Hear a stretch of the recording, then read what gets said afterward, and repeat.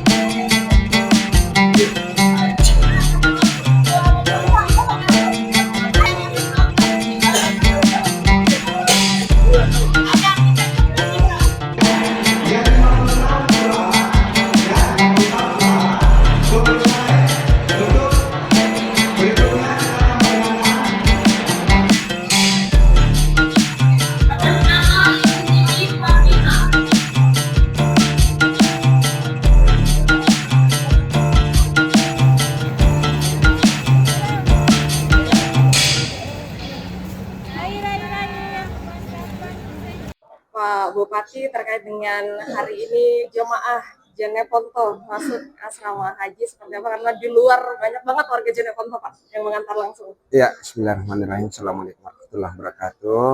Saya Bupati Jeneponto didampingi Bapak Wakil Bupati dan Pak Kakak Kemenak Jeneponto menyampaikan terima kasih dan penghargaan setinggi-tingginya atas penyambutan di embarkasi Makassar ini.